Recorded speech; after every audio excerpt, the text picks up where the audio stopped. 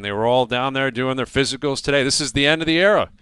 No more physicals, Yes. I think, after today. Here's the GM of the Leafs, Brad Treliving. Brad, are you going to miss the physical era of the National Hockey League? You know, I said to the guys, I think for the most part, listen, nowadays, and maybe it was different in Noah and Noodles days where you came in and you had to skate the rust off. They're all in pretty good shape. But I said to them the other day, I'm like, I think you guys are playing this all wrong. The coaches will think you haven't done anything, and they're just going to rinse you during camp. Why not just get on, pedal the bike a little bit, make it look good, and everybody will think you're in shape. So we'll see. We'll see, but it's a new game. It's a new game now. How curious are you guys going to be when everybody wheels into camp? Like, are you going to be just eyeballs looking around everywhere to see where everybody's at, Tree? It's going to be a different ball game. Yeah, we talked about that. We'll worry about that next year, but I think for the most part, the way the guys come in right now, they don't take a lot of days off, but we'll worry about the next little road ahead here, and then get our heads wrapped around that here next year.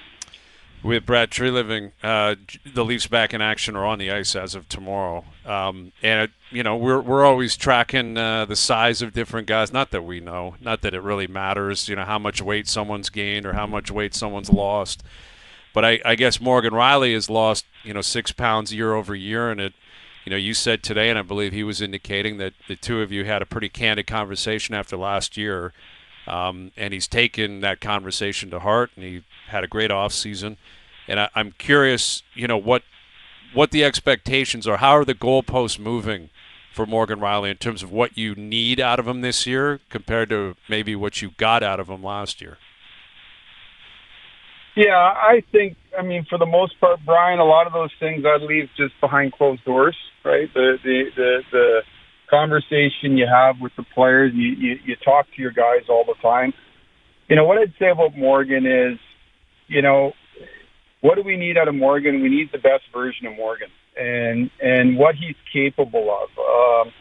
What I would ask of him is not anything that he's not capable of. And, to get him back to, and I think we saw flashes of it, and I would say there was a little bit of of him getting adjusted to a little bit new style of play last season. And I thought down the stretch in the playoffs in the second half was better for him than it was maybe in the first half, but. We just talked a lot about getting Morgan back to what he's capable of doing, not asking him to be anybody that he's not. To me, that always starts in the summer in your preparation. It's in your mindset. And the great thing there is this wasn't a one-sided conversation. Morgan was fully on board, and he knows what he's capable of doing. He's the first one to tell you there's more there than what maybe we've seen last year. And this is a really, really good player. So, this time of the year, you look around the league and it's always filled with, today's always filled with, the great line of best shape of his life. And this guy's gained 20 pounds and this guy's lost 20 pounds. But I can honestly say, around the facility all summer, and there wasn't too many days that Morgan wasn't the first guy in there and usually the last guy to leave. So he's put the work in, and there's a real focus, a real seriousness to him. So I'm looking forward to seeing. I'm really looking forward to seeing what he's going to bring. So Trey, you got a big roster of guys that are sorted out as far as NHL players, but do you feel like there is some internal battles here at camp, and is it tough to monitor them with such a shortened training camp and then right into preseason games? Yeah, we do. I think everybody likes to say there's competition, and we all know for the most part there's a pretty good idea. We can all pencil in, the guys are, for the most part, they're going to be on the team. But I can honestly say there's, if you look at it, especially up front, I would say that it holds true on the blue line too, that there's more NHL bodies than there is seats. And that's not including some young guys that I think are going to push, right? They're at that stage now where, they're not 18 years old and not mature. They're ready to, push for jobs here. So we've got more bodies than there is jobs. So there's going to be competition. There's going to be competition to get on the team. And then there's always internal competition, right? Of finding your role. And to me, training camp's always about three things in terms of, and one of those is finding a role, solidifying a role.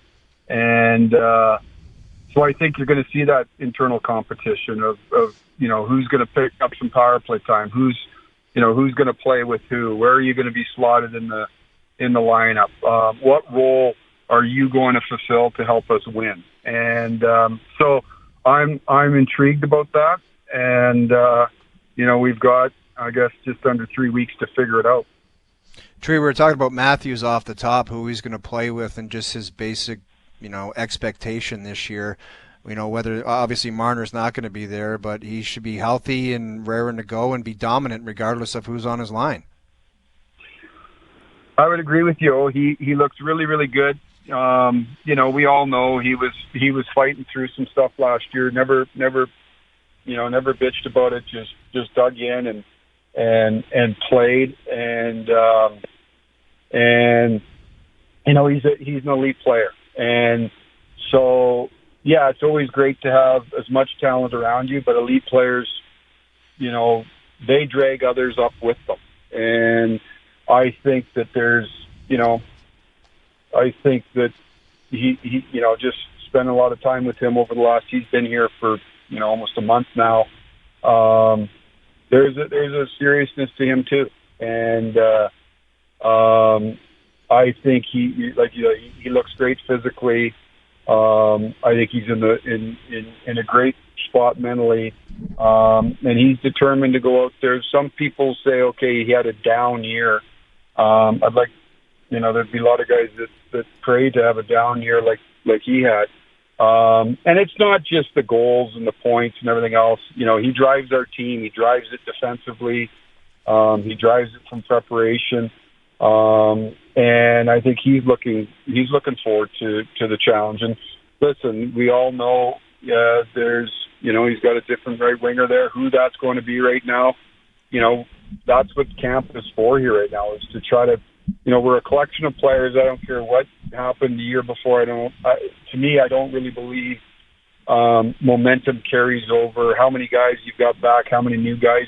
You're a collection of players right now that you're starting the process of building a team. So he's the tip of the spear for us, and I expect him to be driving the group regardless of what changes have been made.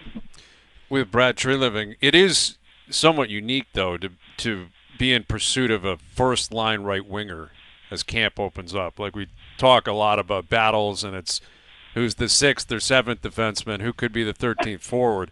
This is on the marquee. This is the top line with your captain here. Is that unsettling for you, Brad? That it's such a prominent role, and you guys are going in here still trying to figure out who it's going to be. Well, at the end of the day, somebody's going to pick up the minutes right now. I said today, we met with the media today, and sure, we'd love to be able to go go plop somebody in there right now. That's, we've been looking. Those players aren't readily available. You saw that, there wasn't really a ton of action throughout the summer. So we'll continue. The players' jobs right now is to go out and earn their opportunity there. The manager's job is no different than every year. How do you go find, people to make your group better? So we'll continue to do that. And I know we all get focused on first line, second line, third line. To me, there's just fits sometimes. Like, listen, we've had a lot of. Mitch was a great player. Is a great player. Was a great player for us. You're not going to just go replace that player with one player. So how do we find, whether it be internally, whether it be externally, somebody that can fit there. You know, you look throughout the league, there's a lot of guys that you would say, okay, is this guy a first-line player? But the fit is there. The chemistry is there. They have a job description that helps, you know, one or two of the other players on the line accomplish what needs to be accomplished. So certainly that is an area that is going to play out through camp, and we'll continue to look at ways that we can help ourselves. But for the players, you know, to me, there's a great opportunity there, and I know there's guys that are itching to try to get an opportunity there, and we'll see where chemistry is. You don't know. Like Chief and I talk five times a day all summer, and we've got lots of great plans until you get out on the ice and see where the fit is. Sometimes it's what you thought of, sometimes it's not. So that's why you get into camp and play the games and see where all the pieces fit together. Tree, how do you know when to pull the trigger making a phone call? Every team in the league thinks they're great right now, but the reality is that they're all not going to be. And, you know, quickly teams find out that they're not that good. How do you monitor that, you know, if you're looking for a guy to place that call? Yeah, it's a good question. I think the fact that there wasn't a lot of movement doesn't necessarily mean there wasn't a lot of dialogue. So you have a pretty good idea. You know, you have a pretty good idea where what people may be looking to do. But you're right. It was the interesting part of this summer was, you know, you had a lot of people. You know, I think throughout the league, everybody was, regardless of where you are, everybody was trying to take a step. You know, regardless of necessarily where you were in the development of your team, whether you're looked at as a team that's, you know, in the contender status or trying to push through that to that end, whether you're a developing team, there wasn't a lot of people that were looking to, you know, some of it's financially driven. There wasn't cap pressure in a lot of places where somebody had to throw a body or two overboard. You know, everybody, whether you were a developing team, a rebuilding team, a team that's a mature team, everybody was trying to take a step, and so you monitor it. You know, you watch. That's all you do. You watch your team. You watch around the league. You stay as active as you can to make sure you've got your finger on what's going on around the league, and continue to monitor if there's opportunities out there that can help you. So. You know, we're all, like we said, today was the last day of, you know, we all start to get miserable, you know, tomorrow at 9:00 and figure out where our holes are, and all 32 teams try to make themselves better at starting tomorrow here. So we'll just continue to watch our group and try to stay as connected as we can to see what's going on around the league.